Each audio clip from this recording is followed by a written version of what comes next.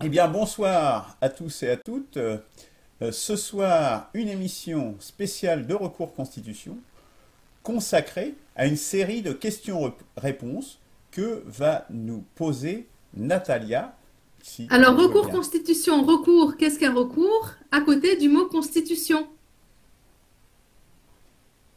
Très bonne question, Nathalie. Excellent. Qui veut répondre à Natalia à cette question?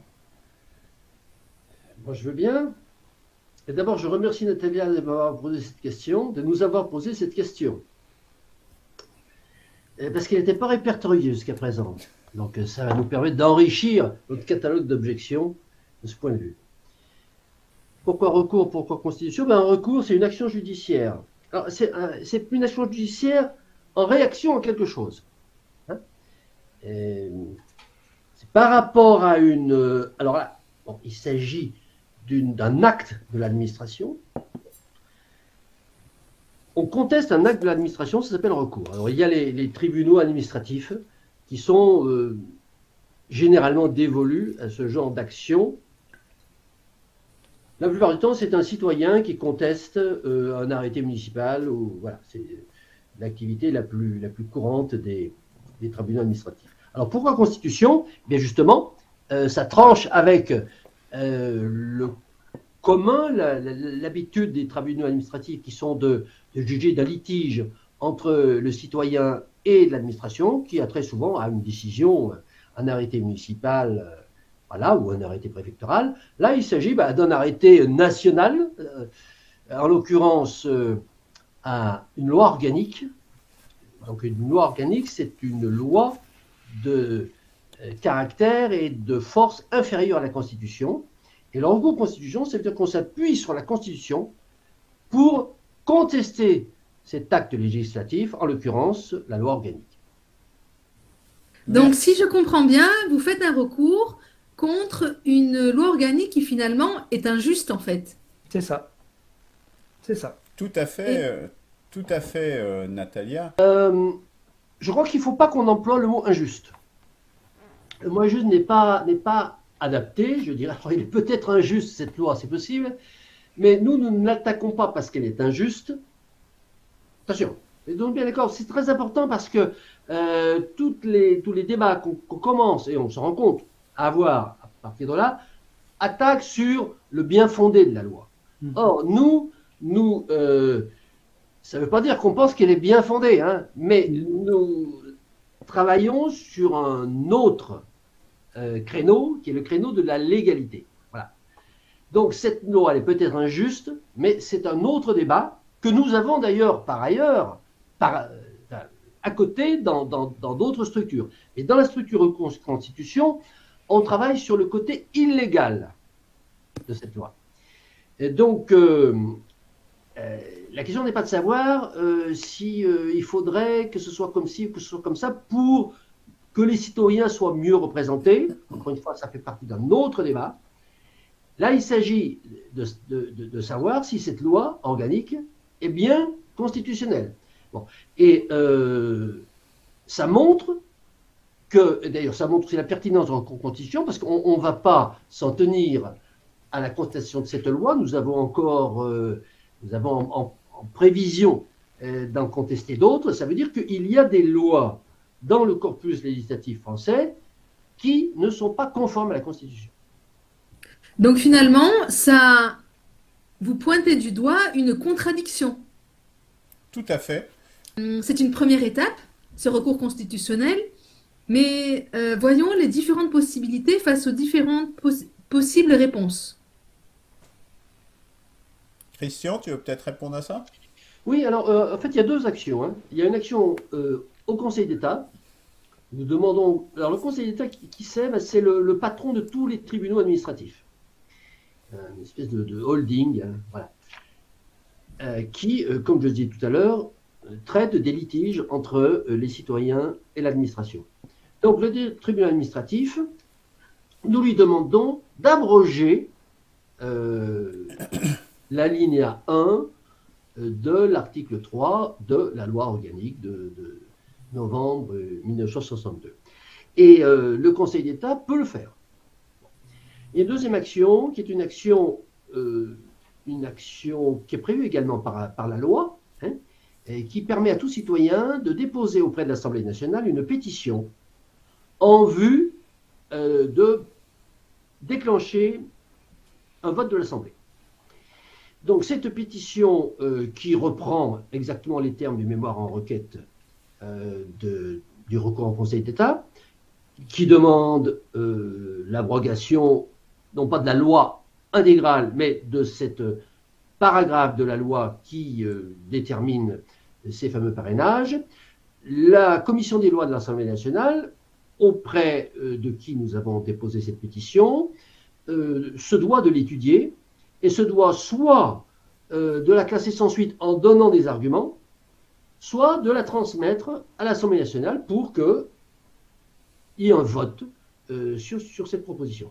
Donc voilà les deux actions qui sont menées. Alors, qu'est-ce que va faire la commission des lois? Eh bien, elle va probablement la classer sans suite, mais elle va donner des arguments, et ces arguments, nous allons les contredire, et nous allons commencer à, disons, argumentation contre argumentation, produire autour de nous, dans le réseau médiatique, à la fois ce qu'a répondu l'Assemblée nationale à nos arguments et ce que nous répondons ensuite. Donc c'est un véritable combat juridique qui s'engage, à savoir qui de recours constitution ou des services de l'État français produit les analyses les plus pertinentes sur la Constitution.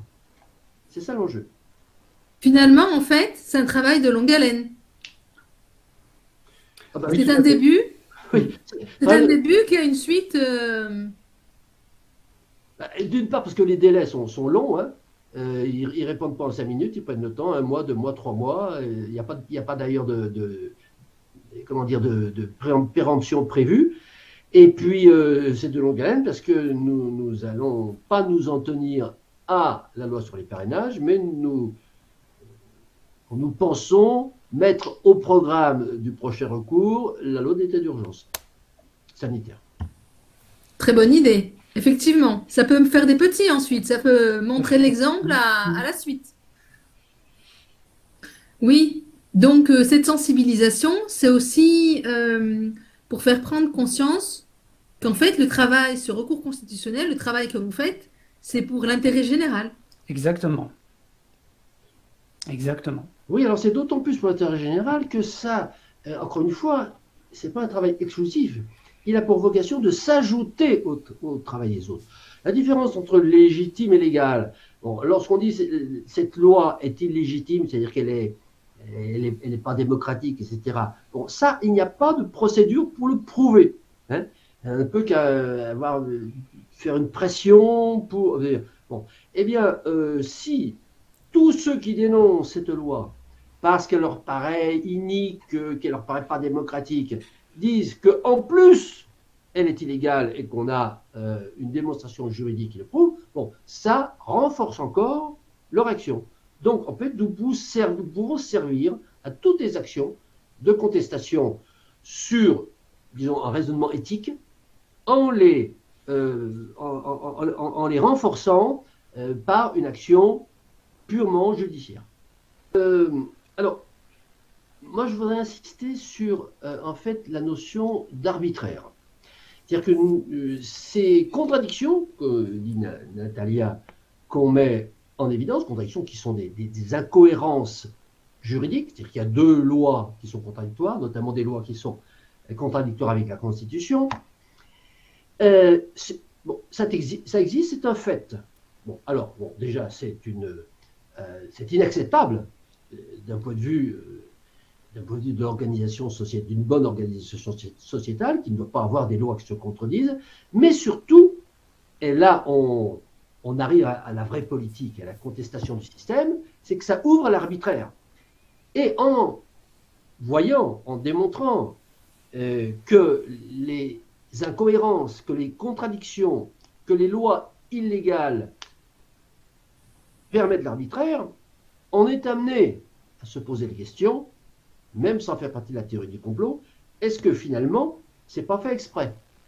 Est-ce que on a parlé d'incohérence, mais nous mettons également en lumière des lois qui sont imprécises, qui ne sont pas claires et qui, elles aussi, ouvrent à l'arbitraire.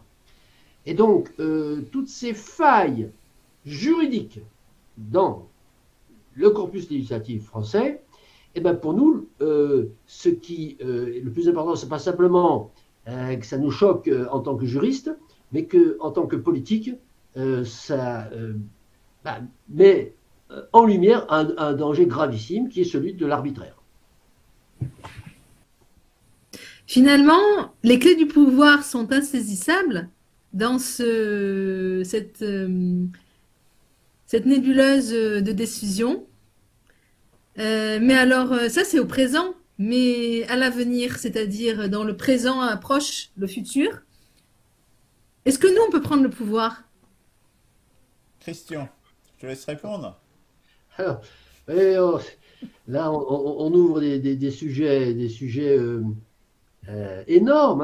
Hein. D'abord, moi je crois qu'il n'y a pas un pouvoir. Non, plutôt il faut définir qu'est-ce que c'est que le pouvoir. Avant de dire qui a le pouvoir, il faut d'abord dire qu'est-ce que c'est que le pouvoir. Est-ce qu'il y en a un? Est-ce qu'il y en a plusieurs? Est-ce qu'il y a plusieurs niveaux hiérarchiques de pouvoir? Est-ce qu'il y a un pouvoir suprême? Et puis des pouvoirs secondaires, des pouvoirs tertiaires? Alors, bon, personnellement, je pense qu'il y a un pouvoir suprême, c'est le pouvoir législatif. C'est le pouvoir de faire les lois. Bon. Et donc, quand on pose la question finalement qui a le pouvoir, moi je la traduis immédiatement. Qui aujourd'hui, alors en France, hein, a le pouvoir législatif? C'est-à-dire qui fabrique les lois? Et puis, j'en viens aussi à me poser une question, qu'est-ce que c'est qu'une loi? Une loi, c'est une règle coercitive. Alors des lois, il y en a plein. Il y a des lois, des décrets, des arrêtés, des ordonnances, des directives, des règlements. Bon. Donc, qui établit les règles coercitives? Alors voilà, déjà la question se précise. Et là, on va s'apercevoir qu'on peut très clairement nommer toutes les personnes ou toutes les instances en France qui ont le pouvoir de créer des règles coercitives. Donc on avance dans la réponse à la question. Et qui? C'est l'Assemblée nationale, les 577 députés. Ce sont les ministres qui prennent individuellement des règlements, hein, des décrets. Voilà, des décrets. C'est les préfets, qui sont des fonctionnaires, des salariés de l'État, qui prennent des règles coercitives, tout seuls, qui les décrètent. Et puis un certain nombre de technocrates dont on ne connaît pas les noms, qui pondent des circulaires, etc., qui ont force de loi coercitive, c'est-à-dire que si on ne les applique pas, on va en prison, on subit des contraintes pécuniaires. Et puis, alors là, je sais que je vais faire plaisir à Grégoire, mais je partage entièrement, c'est toutes les technocrates de Bruxelles. Et là, nous sommes, alors, quand on parlait du prochain chantier, la loi d'urgence, il y a un chantier qui est très rapide aussi derrière à prendre, c'est les incohérences, les contradictions entre la loi française et la loi de Bruxelles. Là, on peut se dire, oui, effectivement, qui a le pouvoir, qui, par rapport à une directive du Conseil de Bruxelles, les conseils de Bruxelles, c'est pas les ministres, hein, c'est les technocrates. Bon, eh bien, par rapport à une décision des technocrates du bureau de Bruxelles, que fait la Constitution française? Bon, ça, c'est un sujet extrêmement intéressant, auquel on ne peut pas répondre comme ça en samedi. Mais c'est un flou très important. Et en tout cas, des irrégularités, des illégalités permanentes qui s'opèrent.